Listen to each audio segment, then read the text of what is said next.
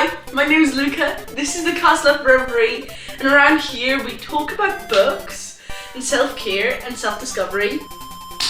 And I recently turned 20. As you saw in like the last two videos, I turned 20 and I got books and I bought books. And there's a big collection. This is everything that I acquired, I think, since March. So like in the last 2 months. It is a lot. I have to say it's a lot. I am not sorting it by stuff I got gifted versus stuff I bought. I sorted it by genre. Our categories are classics, fiction, like general fiction, manga and graphic novels, non-fiction, and our one category of where did I get it from is books that I bought myself that are from Illumicrate, meaning I bought them, I acquired them, but I didn't pick them out. Okay, no idea with what to start, but we're gonna start with the stack that is the highest, which is classics. Now, the classic stack, you will notice some of these have been unboxed in my birthday vlog last week. For my birthday, he got me Dracula by Bram Stoker. Now, I read this book. I read this exact edition. I already have it on my shelf. This is why we're starting with this. I also have the Penguin Clothbound Classic edition of this, which is one of the 2 series that I am collecting. But I have another version of this now. I'm not sure what I'm gonna do with it yet. We'll see. Then he gave me Peter Pan by J.M. Barrie. I haven't read this yet, but I'm thinking that I will probably enjoy it. It seems really nice. There is a Peter Pan inspired book on another stack. Yeah, I don't know, I haven't read it yet, but I like the windows. I really like the edition. I have 2 editions of The Hound of the Baskervilles by Arthur Conan Doyle. This is like one of the Sherlock Holmes series, and I have it in the normal like paperback version, and I have it in the Penguin Clothbound Classics version.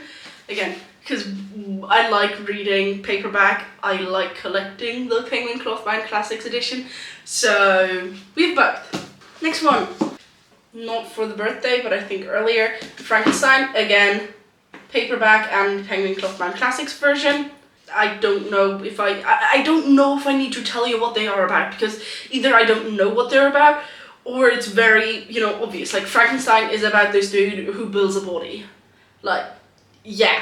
And the last one in the classics section is Pride and Prejudice by Jane Austen. I read the first 2 chapters. I'll take some more time to get into the writing. But again, it's like, it is, the love story that people put up when you're like, oh, but yeah. Haven't read it yet. We'll see. Next category, general fiction. So, on my birthday, I bought 2 books and a game, because I felt like it and I had time. So one of the books that I bought is Dracula. I really enjoyed Dracula, so I wanted to read it, and I was very happy when I saw it in that bookstore. Other book that I found is a retelling of Alice in Wonderland. It is titled Alice by Christina Henry, and I haven't read it yet, but I think I will enjoy it maybe, I don't know. We're gonna see. Alice in Wonderland, like Alice's Adventures in Wonderland, is also one of the books that I want to read this spring, maybe. And so I got it because I was interested in it. Next book in general fiction. Next book that we have is The Child Thief. This is by Brom, I don't know. And I read this in the translation when I was a child, like when I was like 14, 15 years old. And I really, really liked it. Part of what I really, really like is the artwork inside, because you don't need to actually like imagine, because like he literally has artwork for how all of the characters look like. And it's basically like a darker Peter Pan retelling, and they set it to New York, I think. I like it. I haven't read it in English though, so that's why I got this. I'm saving it. I may want to like read it for a spooky readathon, for something like Summerween or something. Then I got Perfectly Preventable Deaths. I can't really tell you what this book is about. It seems more like a kind of spooky, but definitely like YA read. And then I got these 2 books. They are Last Night at the Telegraph Club and A Scatter of Light. And these are kind of together. I don't know if it's the sequel, prequel or something to this one. But both of them are queer, and I know this is definitely historical, so we're gonna see. Next, manga. This is I've been killing slimes for 300 years and maxed out my level. I really like the anime of this one, so it was a no-brainer to actually get the manga. And this is one of the ones that I want to be collecting because I like the anime and I like the art style. And it's rather cozy. Like, in my brain it's cozy. I like it. Graphic novel, queer. Mooncakes. I like cooking, and I really love baking. Like, I am one of those mean people who bake when they're stressed. The only reason why I don't bake when I'm stressed at the moment is because A, I don't want to be eating all that stuff, and I don't have enough friends to give the stuff to. Like, I would love to just have a university class thing where I can bring food and have people eat the food so I can make cookies on the weekend, to calm down. But that's not an option at the moment. I like baking. If you want me to make baking videos, additionally, please tell me. I'm pretty sure I can figure something out. Next graphic novel, Squire. I saw this in Berlin when I was in Berlin with Anna in March, and I liked the art. And I had heard of it before, so when I then ordered more books at some point, I bought this book. I read it so far. At this point in time, I have read it. It is okay. Found the ending a bit rushed and a bit... I liked how nothing had really happened in the middle, but then stuff happened in the second half and I didn't like stuff happening because I don't really like stuff happening. I like slow books. I like books where there is a bit of action, but not a lot, and I don't want it to be real we're fighting action. I don't know how to explain it, but I'd rather read a book about someone discovering recipes and how they discover recipes than what the second half of this was. Not that in the first half they had recipes. And the last book that I got, another one that I saw in Berlin, and that's when I decided that I wanted to get it. It was already on my wish list, but I had put it off. I have a favorite book. I have a favorite book of all time. And the German title is Die Stadt der Traumenden. That title translated to English would be The City of Dreaming Books. And this is the graphic novel edition of my favorite book of all time. Part 1. The one before he goes into the catacombs. I haven't read this yet because I'm waiting to buy the second part because it's 2 parts, so I can, read them in one go. And I'm waiting to reread my favorite book, and I'm waiting for more fall weather because that's just the vibe. We're doing more fiction, and then we're going with the non-fiction. Fathom Folk. You have seen this in last video.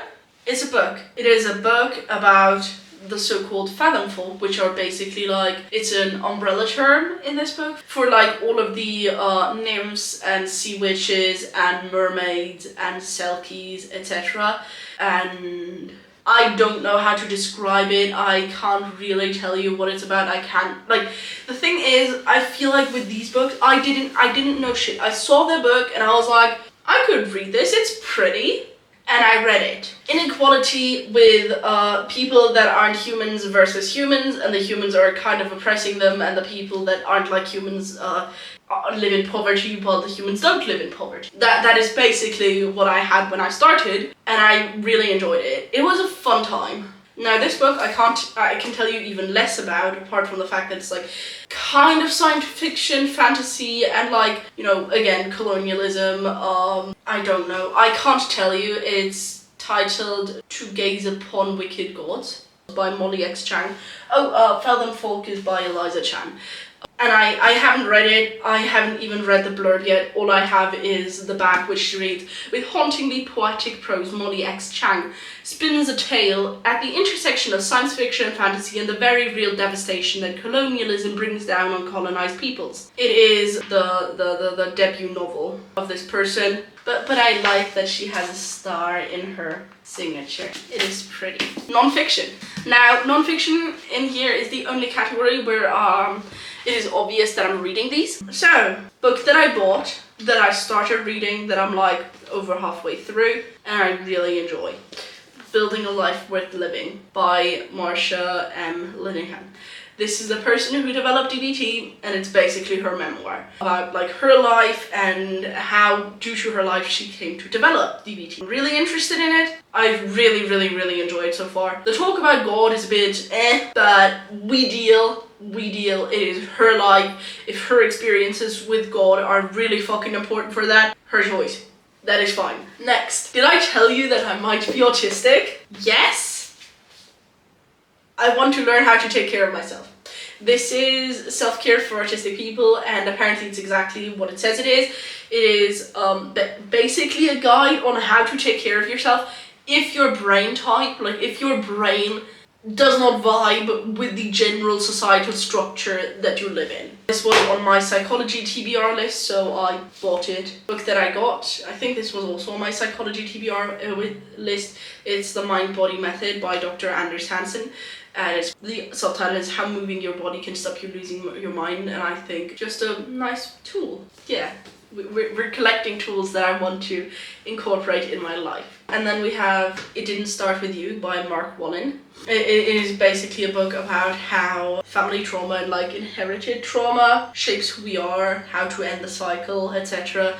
Again, I just want more tools to deal with my life and to learn stuffs. And the last book in this category is Thriving with Adult ADHD, Skills to Strengthen Executive Functioning. We're ignoring the second subtitle because I'm just using this to get myself some skills to like deal with life better. I have started reading this. The tabs are literally just where the chapters begin, and I like how it is at the moment. It lets you do like a little quiz at the beginning for different areas, like for 5 different areas of like executive dysfunction, to like make you realize which executive functioning things you struggle with the most, because that way you can like focus on getting those better. And it's been rather helpful already, but also he specifically tells you to like not binge read it. It is one of those things where I need to sit down because there's exercises, and I don't mind that, but I usually read on the tram, and usually my brain is too fucked up to like actually do exercise, like have to do something while I'm reading. I'd rather be reading something else, like not even just like a fiction, but like another non-fiction that doesn't require me to get up and write stuff down while reading. Anyway, those are the 24 books that I acquired in like the last 2 months, roughly. I hope you enjoyed this video. Let me know if there's any other books that you think I should be reading, and let me know if you've like read any of these and how you enjoyed them, and like which ones I should read first, apart from the ones that I already started or already read. If you did have a nice time, make sure to like the video and subscribe so that you can find your way back here and that other people can also find their way to this channel. And I'll see you next week. Have a safe journey. Have a nice time on the internet today. Bye.